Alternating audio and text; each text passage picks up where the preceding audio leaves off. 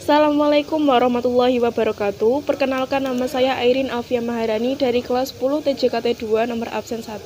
Di sini kita akan belajar tentang interaksi sosial dan dinamika sosial. Tujuan pembelajaran kita mempelajari interaksi sosial dan dinamika sosial. Yang pertama, menjelaskan syarat terjadinya interaksi sosial. Yang kedua, mengidentifikasi proses interaksi sosial asosiatif. Yang ketiga, mengidentifikasi proses interaksi sosial disosiatif. Yang keempat, mengidentifikasi komponen komunikasi. Dan yang terakhir adalah menjelaskan proses komunikasi. Tujuan pembelajaran yang pertama adalah menjelaskan syarat terjadinya interaksi sosial. Syarat terjadinya interaksi sosial adalah adanya kontak sosial dan komunikasi. A. Kontak sosial. Kontak sosial merupakan suatu kontak antara satu pihak dan pihak lain yang saling bereaksi. Jenis kontak sosial dibagi menjadi dua, yaitu kontak sosial primer dan kontak sosial sekunder. Kontak sosial primer adalah kontak sosial yang terjadi secara langsung atau tanpa perantara. Kontak sosial sekunder adalah kontak sosial yang dilakukan dengan perantara pihak ketiga yang bersifat pasif. Bentuk-bentuk kontak sosial antara lain, antar individu dengan suatu kelompok, dan antar kelompok. B. Komunikasi. Komunikasi adalah proses penyampaian berbagai pesan secara verbal dan nonverbal. Secara umum, komunikasi dibagi menjadi dua, yaitu komunikasi verbal dan komunikasi nonverbal. Komunikasi verbal adalah bentuk komunikasi yang umum dipakai dalam dunia usaha atau bisnis untuk memberitahukan pesan-pesan bisnis kepada pihak lain. Komunikasi nonverbal atau komunikasi bukan lisan adalah proses komunikasi di mana pesan disampaikan tidak menggunakan kata-kata, melainkan dengan gerakan tubuh atau isyarat. Yang kedua, ada faktor yang mempengaruhi interaksi sosial. A. Imitasi. Imitasi adalah proses seseorang mencontoh gaya hidup tokoh yang diidolakan, sehingga mendorongnya untuk meniru orang lain atau kelompok. B. Sugesti. Sugesti adalah proses sosial yang berlangsung jika suatu individu menerima suatu pandangan atau sikap akibat pengaruh dari individu lain. C. Identifikasi. Identifikasi adalah proses seseorang untuk menjadi sama atau mirip dengan tokoh yang diidolakannya. D. Simpati. Simpati adalah kemampuan seseorang untuk merasakan seolah-olah ia berada dalam keadaan yang sedang dialami oleh orang lain.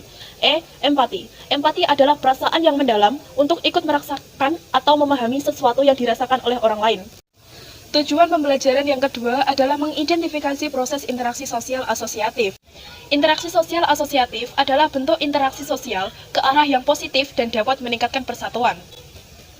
Bentuk-bentuk interaksi sosial asosiatif antara lain adalah A. Kerjasama. Kerjasama adalah suatu usaha bersama yang dilakukan untuk mencapai kepentingan atau tujuan bersama. Salah satu contoh bentuk kerjasama. 1. Gotong royong. Gotong royong yaitu bentuk interaksi sosial dengan melakukan kerja bersama-sama untuk satu tujuan bersama. 2. Tawar-menawar. Tawar-menawar yaitu proses perjanjian tukar-menukar barang atau jasa antara penjual dan pembeli, sehingga mencapai kesepakatan bersama.